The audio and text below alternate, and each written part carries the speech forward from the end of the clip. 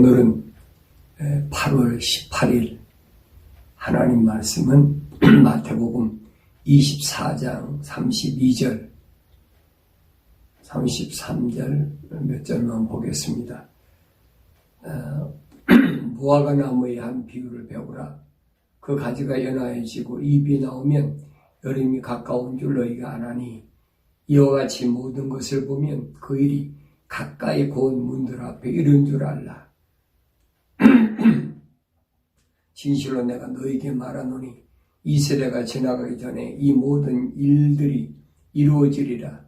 하늘과 땅은 없어져도 내 말들은 결코 없어지지 아니하리라. 그러나 그날과 그 시간에 관해서는 아무도 모르나니 심지어는 하늘의 천사들도 모르고 오직 나의 아버지만 아시느니라. 그러나 노아의 날들과 같이 인자에 오는 것도 그러하리라.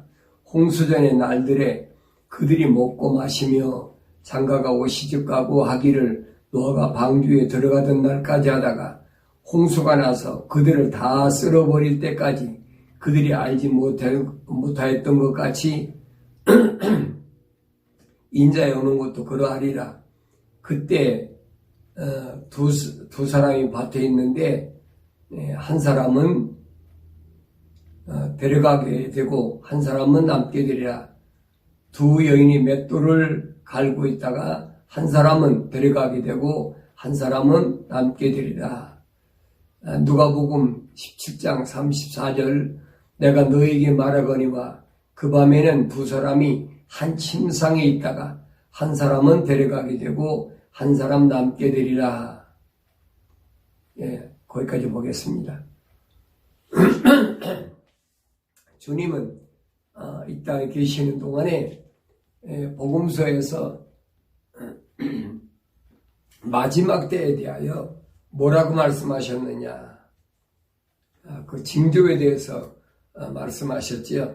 많은 표적을 구하는 바리새인, 서기관, 장로들에게 주님이 말씀하신 것을 보면은 저녁 때, 즉 서쪽에 하늘이 붉어지면 날이 좋겠고 아침에 동쪽에 하늘이 붉어지면 날이 굳겠다. 이런 것을 하루의 천기라 그러셨죠. 너희가 하루의 천기를 볼 줄 알면서 어찌 이 시대를 분별할 줄 모르느냐라고 책망하신 것을 볼 수가 있습니다. 우리가 성경 전체는 우리 하나님의 시계다. 하나님이 어떻게 창조하셔서 어떻게 마무리 지으실 것인가. 근데 시작이야 지나간 과거니까 그렇지만은 마무리, 다시 말하면 하나님의 세상 끝의 심판, 마무리는 어떻게 할 것인가 하는 부분을 우리는 되게 하나님의 시간이라고 합니다. 하나님의 추수 때의 시간은 언제쯤 될까? 근데 성경에 나타나는 것을 보면 하나님께서 유일하게 인류에게 하나님의 시간표를 가르쳐준 민족이 있는데 그게 누구냐? 바로 유대인입니다.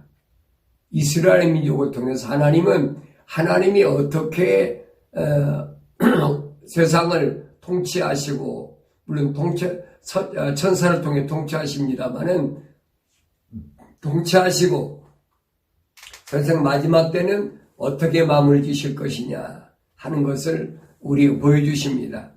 그래서 유일하게 인류에게 보이신 하나님의 시간표는 뭐냐?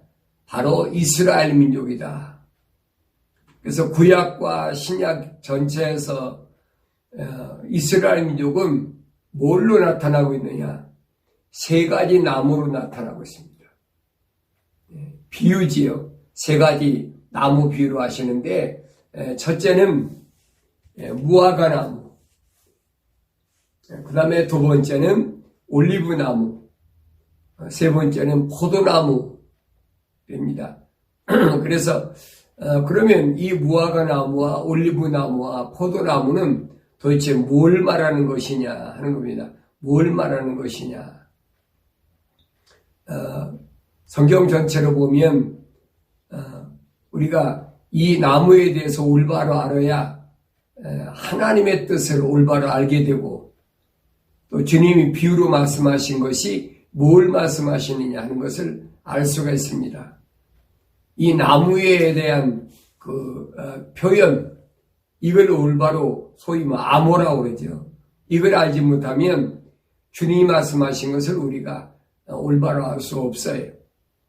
주님은 이 나무로, 소위 말하면 암호로 세상 끝에 어떻게 일어날 것이냐, 어떻게 종말이 올 것이냐는 것을 말씀하신 것을 볼 수 있습니다. 그래서 첫째는 무화과 나무 그렇습니다. 이 무화과 나무는 국가적인 표현을 할 때 무화과 나무라고 합니다. 이 무화과 나무는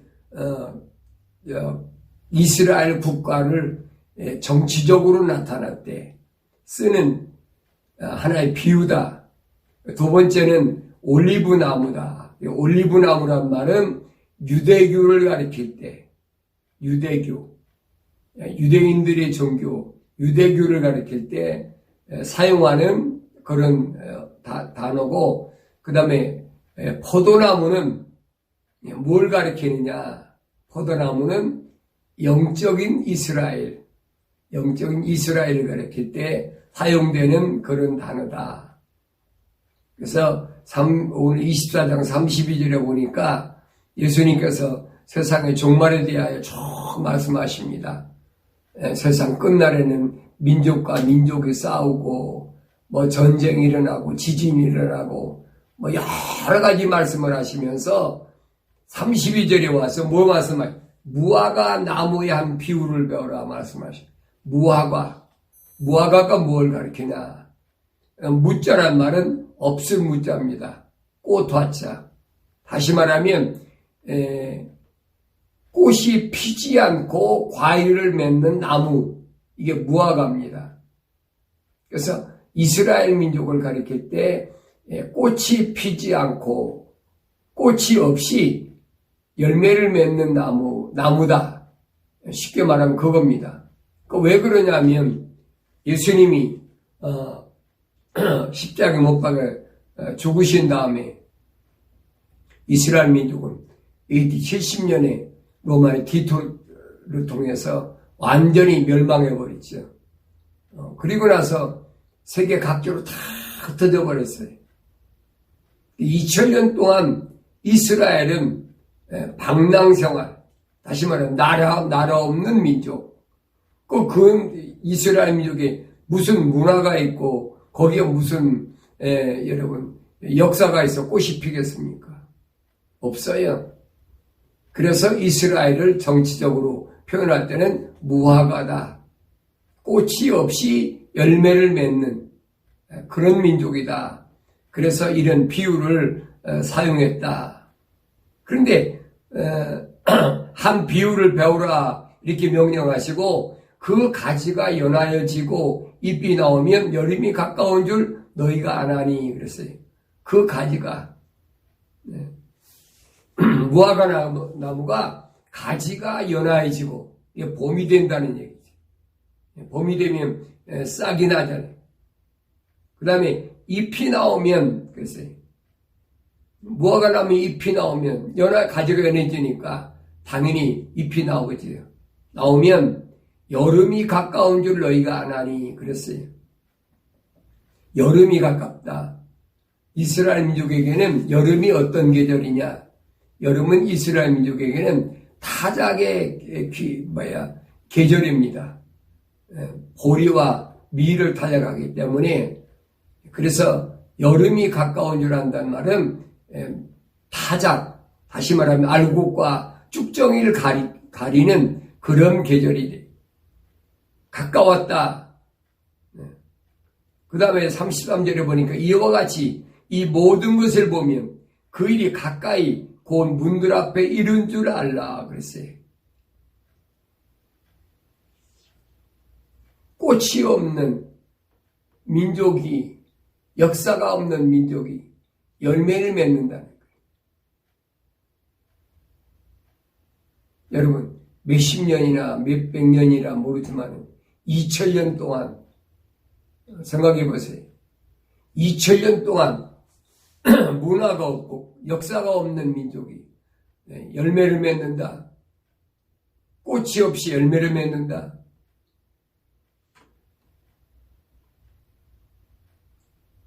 근데 이런 일을 보면은 그 일이 무슨 일이냐? 주님이 재림하실 그 일이 곧 문들 앞에 이른 줄 알라. 진실로 내가 너에게 말하노니 이 세대가 지나가기 전에 이 모든 일들이 이루어지리라. 이 모든 세대가 지나가기 전에. 그래서 100년도 안 돼가지고 이스라엘 민족은 디도로부터 완전히 AD 70년이니까 멸망당하고 국가가 없는 민족, 나라가 없는 민족으로 얼마나 엄청난 시련을 겪은 우린 역사적으로 너무나 잘 알고 있지 않습니까? 하늘과 땅은 없어져도 내 만들은 결코 없어지지 아니하리라. 그러나 그날과 그 시간에 관해서는 아무도 모르나니 심지어 하늘의 천사들도 모르고 오직 나의 아버지만 아시느니라 그랬어요. 주님 오신 그날은 아무도 모른다. 2000년이나 지났는데 뭘로 알겠습니까? 다만 한 가지, 뭘로 내가 알라는 것은 그렇게 패망한 이스라엘이 문화도 역사도 없는 그 민족이 어느 날 열매를 맺게 되면은 바로 주님이 오실 날이 가까웠다. 주님이 약속하신 날이 가까웠다 하는 것을 알라라고 주님 말씀하십니다. 그러면서 그 날과 시간에 관해서는 아무도 모르나니 그랬죠. 그러니까 우린 그동안에 그런 일이 많이 있었잖아요. 개신교 목사들도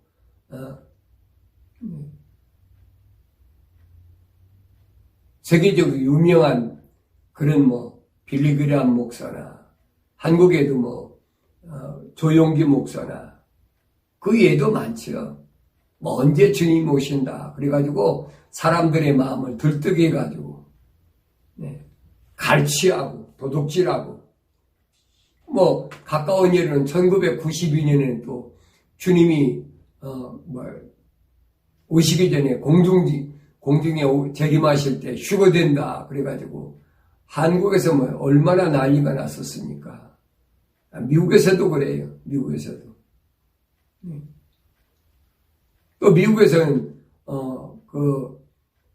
88년도죠. 우리나라 올림픽 할 때. 잊어버리지도 않아요. 올림픽 아니라. 그때 또 성서 학회인가 거기서 주님이 그날 공중재림하시니까 휴거된다. 그래가지고 미국의 각 메이저 방송국이 교회 가가지고 카메라 들이대고 찍는데 그때 솔직히 저도 밤에 잠을 못 잤어요. 이제 캘리포니아에 있을 때인데 혹시나 그래가지고 성경은 아닌데 그날과 그 시는 모른다고 그랬는데 이 사람들이 왜 그러나. 근데 그 사람들 성경 성서학자들이니까 그래가지고 이스라엘이 1940 몇 년도에 해방돼가지고 48년도 5월 14일이죠. 해방돼가지고 국가가 이루어졌으니까 그때부터 이제 계산해가지고 그래서 88년도에 그 이제 주님이 재림하신다 그런 거예요. 그러니까 48년도니까 한 세대로 40년으로 계산하면 88년이잖아요. 그래가지고 주님이 재림하신다. 우리가 참 재미있는 일이 하나 있어요. 성경에는 없습니다만은 주님이 오늘 무화과 나무의 비유에 대해서 말씀하실 때 제가 지금 문득 생각이 나서 말씀드리는 건데 48년 5월 14일 날 이스라엘이 독립을 했는데 왜 5월 14일이냐는 거예요. 왜 5월 14일이냐. 그러니까 이스라엘 민족은 이 동양이기 때문에 이 사람들은 천문을 굉장히 중요시합니다. 그래서 하늘의 별자리 같은 걸 많이 보죠. 그래서 예수님 오실 때도 보면은 뭐냐. 동방박사 세 사람들이 하늘의 별을 보고 메시아 주님이 이 땅에 오셨다. 동방박사 세 사람이 멀리 팔레스타인부터 아니 페르시아로부터 주님을 맞이하러 왔다. 팔레스타인도 이웃이니까 페르시아로부터 고레스 왕이 이스라엘 민족을 70년 만에 해방시켰던 바로 그 나라지. 그래서 별을 보고 찾아왔다 그래. 천문을 굉장히 많이 연구하는 사람들이에요. 그래서 이스라엘 사람들이 예수님이 탄생한 날을 천문으로 계산해 보니까 5월 14일이라는 거예요. 그냥 여러분 5월 14일이 결정된 것이 아니에요. 이런 부분은 우리가 모르고 있던 부분이에요. 왜? 성경 기록이 안 됐으니까. 저도 그걸 꼭 굳이 주장하는 건 아니지만은 5월 14일 날 왜 이 사람들이 독립을 했을까? 그걸 보면 이런 감추어진 내막이 있다는 것을 여러분에게 말씀을 드립니다. 그래서 40년 뒤에 1948년부터 40년 뒤에 1988년도에 우리나라 올림픽 할 때인데 그래가지고 저도 그날 무슨 일이 일어나 그래가지고 잠을 못 잤어요. 근데 소위 말해 개신교성이 휴거라고 그러는데 세대주의자들은 휴거란 말은 없어요, 여러분. 그거 믿지 마세요. 성경에는 하나님께서 에녹을 불러가신 것처럼 불러갔다, 데려가셨다, 이리 올라오라, 그렇게 표현이 있죠. 어쨌든 그날에 그런 일이 일어난다. 그런데 이거 엉터리죠. 그날과 그 시간에 관해서는 아무도 모른다고 말씀하셨는데 심지어 하늘의 천사들도 모른다는 말은 천사들이 통치했잖아요. 인간이 이 세상에 내려와가지고는 천사들이 다 통치했다는 타락하지 않은 네 천사. 미카엘, 가브리엘, 불의 천사, 물의 천사.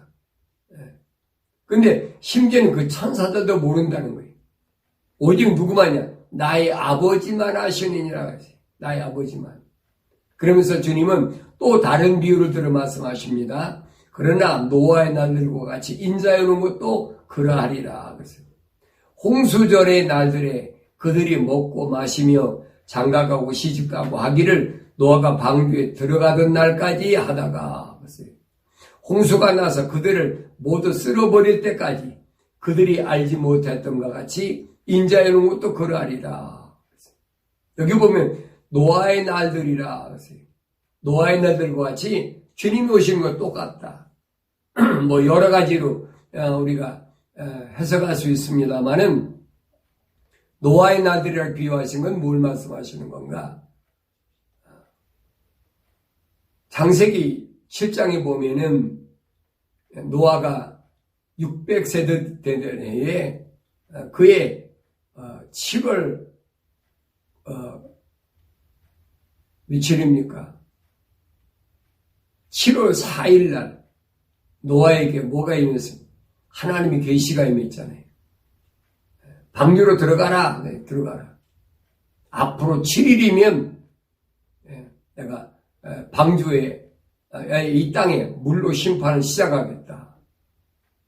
그래서 방주로 들어가자고 120년 동안 방주 치면서 노아가 얘기도 안 듣잖아요. 노아의 형제가 없겠습니까? 사돈이 없겠습니까? 가까운 무슨 친구가 없겠습니까? 안 듣잖아요. 오늘 성경이 그겁니다. 그들이 홍수 전의 날들에 그랬어요. 먹고 마시고 시집가고 장가가고 하기를 노아가 방주에 들어가던 날까지 하다가 홍수가 나서 그들을 다 쓸어버릴 때까지 그들이 알지 못하였던 것 같이 인자의 오는 것도 그러하리라. 아무리 시대적 변천사를 통해서 얘기를 해도 안 믿어요. 믿습니까? 세상 끝나려는 것은 2000년 전부터 세상 끝나리라고 그랬는데, 지금도 안 끝났는데, 뭘 그걸 믿느냐. 그러면 여러분에게 5G 시대가 뭘 가리키는지 그동안 쭉 설명했는데, 믿는 분이 있겠지요. 몇이나 있겠습니까? 그러나 분명한 것은, 주님이 오시는 것은 노아의 날들과 같다. 믿지 않는다는 거예요. 그래서 그들을 모두 다 홍수가 쓸어버릴 때까지 그들이 알지 못하였던 것 같이 그래요. 그들이 누굽니까? 저들이잖아요. 3인칭이잖아요. 너희가 아니고 저희잖아요. 알지 못했다. 그러면서 인자하는 것도 그러하리라. 그러면서 40장에 보면 그때에 두 사람이 밭에 있는데 한 사람은 데려가게 되고 한 사람은 남게 되리라. 두 사람이 같이 일을 하는데 하나는 데려감을 당하고 하나는 거기 남아있고, 두 여인이 맷돌을 갈고 있다가 한 사람은 데려가게 되고 한 사람은 남게 되리라. 맷돌을 갈고 있다. 맷돌은 음식을 만드는 거죠. 부엌에서 음식을 만들고 있다가 하나는 데려가게 되고 한 남게 된다는, 이 기가 막힌 얘기죠. 그러니까 두 사람이 밭에서 일할 때 보면 형제가 일할 때도 있고 부자간이 아버지와 아들이 일할 때도 있고 또 일꾼과 주인이 일할 때도 여러 가지가 있겠죠. 그러나 분명한 것은 그 사람이 어떤 신분이든 상관없다는 거예요. 아무도 모르지요. 하나님께서 데려가시는 사람은 어떤 사람 데려가실는지. 분명한 것은 그 중에 데려가는 사람은 거룩한 사람, 물과 성령으로 거듭난 사람, 세상과 친구되지 않은 사람, 이 사람일 겁니다. 그 다음에 두 여인이 맷돌을 간 다음 음식을 만들다가, 그렇잖아요. 자매간이 음식을 만들 때도 있고 시어머니와 며느리가 만들 때도 있고, 두 여인이라고 그랬으니까 동서지간에 음식을 만들 때도 있고. 그런데 아무리 가까운 그런 친척이나 아니면 시모 사이나 여러 가지 사이일지라도, 자매 사이일지라도 성령으로, 물과 성령으로 거듭난 사람, 하나님의 거룩한 호흡으로 지음받아서 하나님의 거룩한 성령이 결합된 사람, 그 사람은 데려가신다는 거예요. 자, 더 심각한 말은 누가복음 17장 34절에 나옵니다. 내가 너에게 말하거니와 그 밤에 두 사람이 한 침상에 있다가 한 사람 데려가게 되고 한 사람은 남게 되리라. 그 밤에 두 사람이 한 침상에도 부부잖아요. 부부인데도 우리 세상에서 결혼할 때 부부 일심동체다. 여러분, 부부 일심동체란 말은 무슨 말이냐? 육체적인 것이 하나란 말이지 영혼이 하나란 얘기는 아니에요. 그냥 창조 원리에 대해서 설명할 때 말씀드렸잖아요. 예수님께서 그 밤에 두 사람이 한 침상에 있다가 한 사람은 데려가게 되고 한 사람은 남게 되리라. 세상에서는 육신적으로 부부가 될지 모르지만은 하나님께서 데려가실 때는 그거 안 따진다는 거예요. 우리가 생각할 때는 그렇잖아요. 하나님이 허락하셔서 부부가 됐다 그러면 둘이 같이 데려가면 얼마나 좋겠습니까? 근데 그게 안 된다는 거예요. 하나는 물과 성령으로 거듭난 사람, 하나는 물과 성령으로 거듭나지 못한 사람, 이 사람도 부부가 될 수 있다는 겁니다. 그래서 우리가 물과 성령으로 거듭난 사람끼리 둘이 침상에서 같이 있다면 둘이 데려가게 되겠죠. 그러나 이것처럼 허망하고 비참하게 주님이 오실 때는 이런 일들이 일어난다는 겁니다. 가치 있는 사람이라고 또 같이 일을 한다고 해서 데려갈 것이다. 같이 침상에서 부부니까 데려갈 것이다. 여러분 어리석게 생각하지 마세요.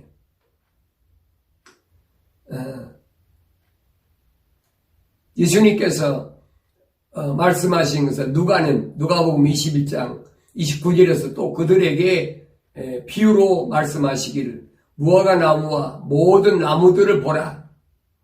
이것들이 싹을 내면 너희가 보고 이제 여름이 가까운 줄 너희 자신이 아느니라. 너희들이 이와 같이 이런 일이 일어나는 것을 보면 하나님의 나라가 가까운 줄 알라. 진실로 내가 너에게 말하노니 이 세대가 지나가기 전에 이 모든 일이 이루어지리라. 하늘과 땅은 없어져도 내 말들은 결코 없어지지 아니하리라. 이런 사건들이 어느 때 일어나느냐. 어느 때 이런 사건이 일어날 것을 성경엔 주님께서 예언하셨느냐. 25절에 보면 그렇습니다. 해와 달과 별들의 표적들이 있을 것이며 땅에는 민족들이 혼란 중에 괴로워하며 바다와 파도가 노하리라. 1월 성신, 하늘에 해와 달과 별들이 표적이 있다는 얘기. 이런 내용은 그동안 제가 쭉 말씀드려서 땅에는 하늘에는 그런 표적이고 땅에는 뭐냐? 민족들이 혼란 중에 괴로워한다. 민족들이 혼란하다. 혼란한 게 뭐예요? 복잡하다는 거예요. 전쟁이 일어나고 기근이 있고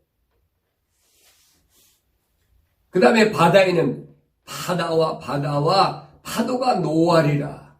노한다는 말은 성낸다는 얘기.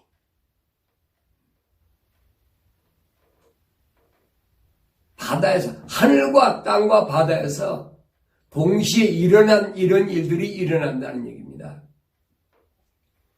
이 땅에 앞으로 무슨 일이 일어날 것인가를 생각하면 사람들의 마음은 두려움으로 인하여 실신할 것이라. 이는 하늘의 권능들이 흔들릴 것이기 때문이라. 그때 사람들은 인자가 구름을 타고 권세와 큰 영광으로 오는 것을 보리라. 인자가 구름을 타고 예수님께서 하늘에 떠 있는 구름이 아니에요. 여기서 구름이란 말은 뭐냐? 타락한 천사, 물의 천사들과 함께 오시겠다는 거예요. 그래서 창세기 제가 1장 1절과 2절 강의할 때 말씀드렸죠. 하나님께서 태초에 하늘과 땅을 창조하셨는데 그래서 1절에는 2절에 보면 그래서 물은 표면 위에 하나님이 영이 물이 표면 위를 거니셨다. 이게 무슨 말이냐? 그 이해를 못하는 분들이 있어요. 루시퍼가 타락하고 나니까 하나님께서는 타락하지 않은 천사, 물의 천사와 함께 계시다는 표현인 것을 성경은 그렇게 기록하고 있습니다. 그러면서 예수님께서도 물의 천사와 함께 큰 권세와 큰 영광으로 오는 것을 보리라. 물과 물은 하나님의 진노의 심판이라고 그랬잖아요. 그러나 이런 일이 일어나기 전에 위를 보고 일어나기 시작하면 위를 보고 너희 머리를 들라. 이런 일이 일어나기 시작하면 위를 보고 너희 머리를 들라. 이는 너희 구속이 가까웠음이라 하시니라 그랬어요. 주님이 이 세상에서 예수 이름과 하나님의 말씀으로 인하여 고통당하고 어려움당하고 시련당하는 하나님 백성을 구속하기 위하여 주님 오실 때니까 머리를 들라는 거예요. 그때 그리스도인들이 취해야 될 행동을 뭐라고 주님 말씀하셨느냐? 너희는 스스로 주의하라. 스스로. 누가 뭐 이래라 저래라 훈계하고 책망하고 그때는 아니란 얘기. 왜? 서로 자기도 살기 급급한데 뭐 남에게 이러고저러고 얘기하겠습니까? 그러니까 스스로 주의하라. 그리하여 어느 때라도 너희 마음이 방탕과 술 취함과 이생의 염려로 무겁게 되어 그날이 갑자기 너에게 임하지 않게 하라. 이는 그날이 온 땅에 거하는 모든 사람 뒤에 덫처럼 임할 것이기 때문이라. 그러므로 깨어서 항상 기도하라. 그래야 장차 일어날 이 모든 일에서 피하고 또 인자 앞에 서기에 합당하게 여겨질 것이라고 하시니라. 이스라엘은 예수님을 십자가에 못 박으면서 뭐라고 그랬습니까? 그 죄를 나와 우리 후손에게 돌려달라 그랬잖아요. 그리고 이스라엘 민족이 AD 70년에 로마 디도로부터 예루살렘을 함락당하고 2000년 동안 자기들뿐 아니라 못 박음, 예수님 시대에 못 박음, 그때 유대인뿐 아니라 그 후손까지 그 죄를 담당하기 위해서 얼마 동안, 2000년 동안이나 나라 없는 민족으로서 얼마나 끔찍한 일을 당했습니까? 독일의 히틀러는 그 사람이 캐토릭이었으니까 로마 캐토릭으로부터 사주를 받아가지고 유대인들을 우리가 잘 알죠. 독가스실에서 600만을 학살하는 이 엄청난 시련 당했어요. 그래서 예수님께서는 누가복음 21장 24절을 보면 또 그들은 칼날에 쓰러질 것이며 그랬어요. 모든 민족들에게 사로잡혀 갈 것이요 그랬어요. 모든 민족들에게 로마인들에게만 하는 것이 모든 민족들에게 사로잡힐 것이 지구촌 구석구석에 이제 전부 흩어졌어요.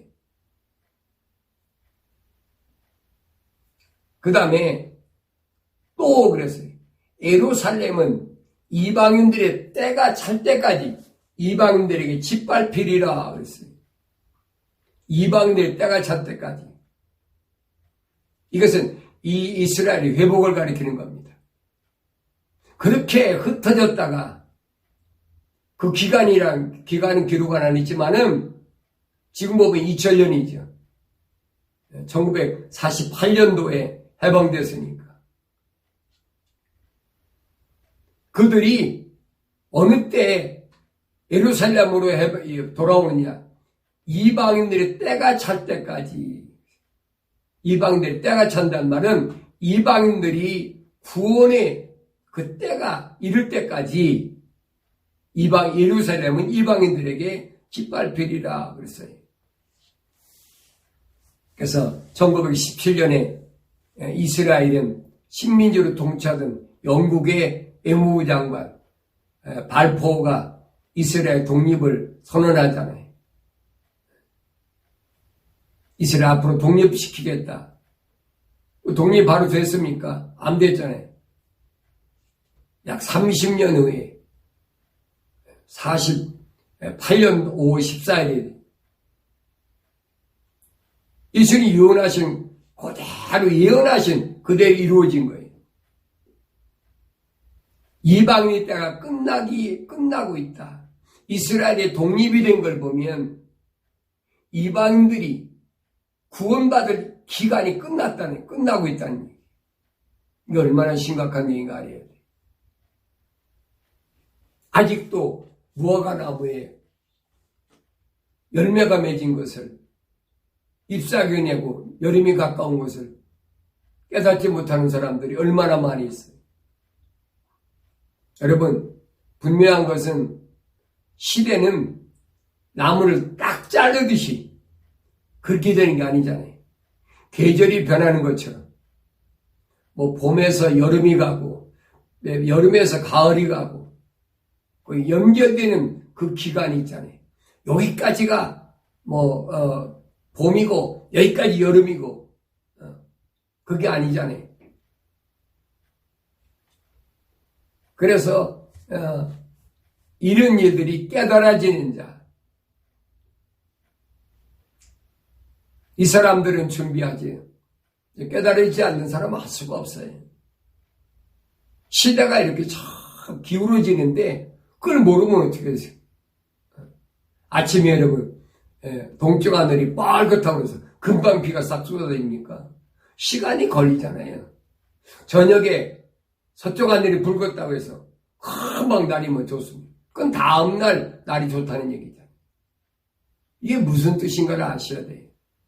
시대가 어떻게 변하고 있는지, 서서히 어떻게 변하고 있는지. 그래서 제가 지난번에 5G 시대에 말씀드릴 때 그랬잖아요.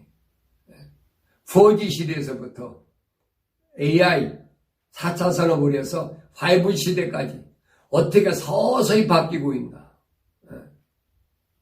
성경 우리에게 그걸 가르쳐주고 있어요. 그것은 여러분 몇십 년 전만 해도 그런 거 없었어요. 그런데 점점 그 속도가 빨라지고 있잖아요. 얼마나 빨라지고 있느냐. 급속도로 빨라지고 있어요. 이런 시대적인 분별력을 올바로 알고 깨달으라.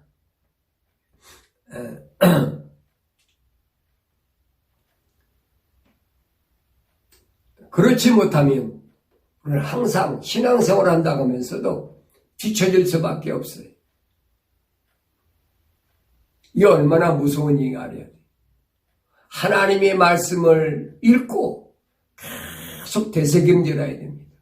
이 말씀이 무슨 말씀일까? 왜 이 말씀을 하셨을까? 오늘 나에게 주신 이 말씀은 뭘 말씀하시는 것일까? 나는 이 말씀을 어떻게 깨닫고 어떻게 준비해야 될 것인가? 그렇게 준비하다 보면 하루가 금방 지나가요. 제가 최근에 2번이나 응급실이라고 그러죠.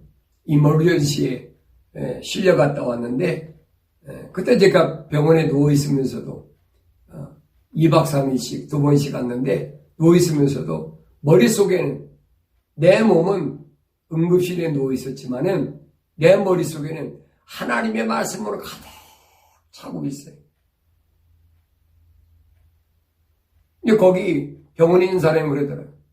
너 무슨 생각하고 있느냐? 너 무슨 생각하고 있느냐? 그래서 뭐라고 대답하겠어요? 나는 우리 주님이 나 부르실 거 생각하고 있다. 그 사람도 이해가 돼.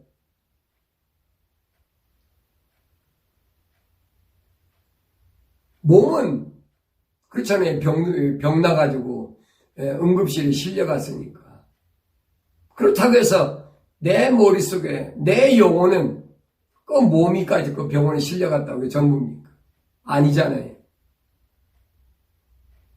그런 걸 보면 제가 얼마나 이 땅에 더 존재하는지 모르기 때문에 제가 될 수 있으면 시간을 좀 많이 할애해가지고 말씀을 전하는 쪽으로 그렇게 시간을 가지려고 노력을 합니다. 내가 얼마나 주님 오실 때까지 존재하는지 아니면 주님이 그 전에 나를 먼저 부르시는지 모르겠어요. 그러나 중요한 것은 요한계시록 14장에 보면은 7년 대환란 가운데 특별히 5개월 황충난리 메뚜기 난리 메뚜기 환란이라고 그러죠. 그 환란에 있는 그 환란에 참여하기 전에 주 안에서 죽은 자가 복이 있다 그랬어요. 오히려 주 안에서 죽은 자가 복이 있다. 왜? 그때가 얼마나 견디기 어려운 시련이 있기 때문에 성경은 그렇게 기록하고 있나. 그걸 여러분 아신다면 몸이 조금 아파가지고 병원에 가고 뭐하고 그거 큰 문제가 안 되는 거예요. 오히려 그런 엄청난 환란이 내 앞에 있는데 주님이 불러가시면 그것처럼 행복한 게 어디 있어요. 성경에 대해서 복이 있다. 복이 있다. 주 안에서 죽은 자가 복이 있다. 얼마나 멋있는 아름다운 말씀이에요. 그러니까 여러분들이 지금 팬데믹 때문에 여러 가지 집안에서 뭐 꼼짝도 못하고 어떤 분들은 카톡으로 저한테 계속 그래. 목사님 얼마나 힘드십니까? 건강 조심하십시오. 왜 그러잖아요. 내가 건강 조심한다고 해서 건강해질 것 같으면 하나님 왜 필요해? 내 아버지 손길이 필요하지 않지. 내가 아무리 뭘 하고 어떻게 산다 하더라도 하나님께서 계획하신 일은 반드시 나의 삶을 통해서 이루어진다는 사실을 안다 그러면 그런 것 때문에 염려하고 그런 것 때문에 내가 두려워할 필요가 없어요. 그렇다고 아무렇게나 막 살으라는 얘기가 아닙니다. 정상적으로 말씀과 기도로 거룩하면서 주님이 주시는 것 먹고 입고 마시면서 내가 이 땅에서 사는 동안에 존재하는 동안에 뭘 할 것인가 하는 것을 잊지 않고 그렇게 사는 것이 복된 생애다. 그렇게 말씀드릴 수가 있습니다.